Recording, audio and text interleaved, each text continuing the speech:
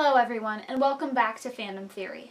My name is Elizabeth Rathburn, and this video series is a part of a larger project in which I'm researching online entrepreneurs and their audiences. In the last video, I talked about the many ways that creators and their audiences can communicate. If you missed it, the link's above or in the description. So what happens with creator fandoms inside other fandoms? These videos have already explored the definition of creator fandoms, how this current culture allowing for online entrepreneurs came to be, and how creators and their audience members can communicate. But what happens when the different types of fandoms collide in one place, primarily at conventions? This is Fandom Theory, Part 4.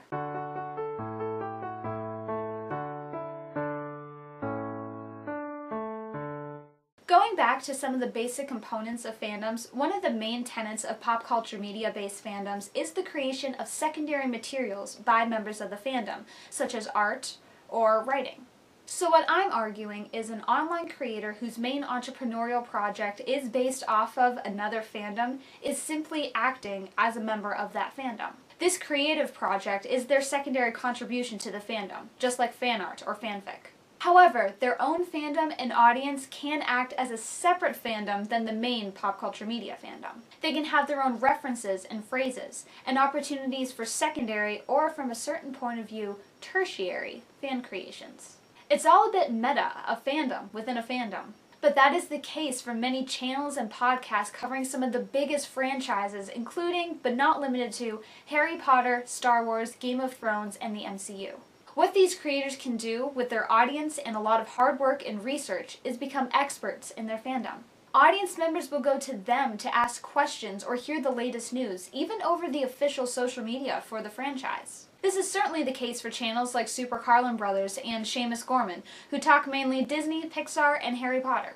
Or there's quite the conglomeration of Game of Thrones YouTubers, each of them putting their own spin on theories, predictions, history, lore, and reviews. There are also more general channels that cover just about anything fandom related, such as Emergency Awesome, who puts out new videos about trailers and episode recaps constantly. And there are literally hundreds of podcasts dedicated to going through television shows episode by episode, or books chapter by chapter. The most important thing to remember is that for these creators, they're often not associated with the main franchise at all. They are just fans too, but fans who happen to be able to make their living talking about the things they love the most. So now let's briefly talk about conventions. Conventions are gatherings of like-minded people around a certain topic where they can share information and meet other people who enjoy the same thing. While conventions can happen in any field, such as a specific branch of science, nowadays the term convention can also refer to a gathering of fandoms. A convention can include many different fandoms or just be for one specific franchise, such as LeakyCon for Harry Potter or Con of Thrones for Game of Thrones. Often, in these instances, the term convention is shortened to just con.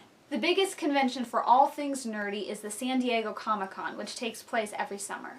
But in the same vein, there are Comic-Cons from many different cities, big or small, around the United States and the world all throughout the year. There are so many different conventions for so many different interests, including many different events about podcasting or TwitchCon, which is aptly all about Twitch. The convention most relevant to YouTubers is VidCon, which was created by the vlog brothers Hank and John Green and will be celebrating its 10th anniversary in the United States in summer 2019. With VidCon, the platform creators are like celebrities. They're on the panels, they're in the meet and greets, and they're taking photos with audience members. At these conventions, fans have the opportunity to meet actors, writers, and creators. They can sit in on panels with these actors, listen to presentations created by fans, buy official or fan-made merchandise in the marketplaces, meet fellow fans, show off their best cosplay, and just have fun over the course of a few days, completely in a bubble of fandom.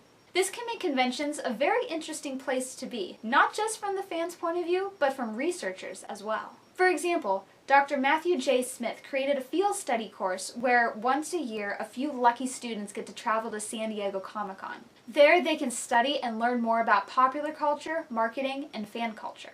Over the course of a few days, the students observe and interview, gathering enough research to make a presentation of preliminary findings at the end of the convention. Or there's Professor Benjamin Wu of the Comic-Con Research Project. This studies, among other things, what exactly makes fandoms work, including how they communicate and network with cities and fans. And yes, some of his researchers are students. The important thing to note about each of these men is long before they were professors and researchers, they were fans of comics. But the other important thing they're doing is bringing the study of fandoms and popular culture into academia.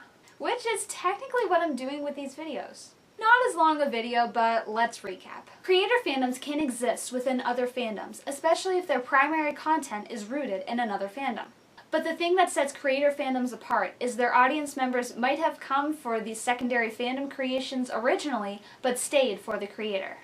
Creators can also make a name for themselves within the fandom as experts or researchers of the fandom content just because of the amount of contact they have with it. Next is the final part, part 5, where I'll be speculating on the future of online creators and creator fandoms and just sum up this whole thing. You won't want to miss out, so if you haven't already, hit subscribe or follow Fandom Theory on Twitter so you know exactly when the final part comes out.